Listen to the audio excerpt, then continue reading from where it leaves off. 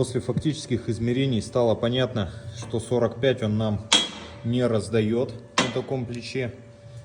Раздает где-то 42 градуса. А нам нужно с запасом градусов хотя бы 46. Поэтому в ответных частях рамы мы делаем запилы и задвигаем.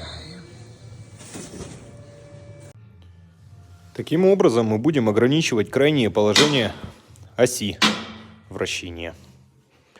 Здесь просится демпфер.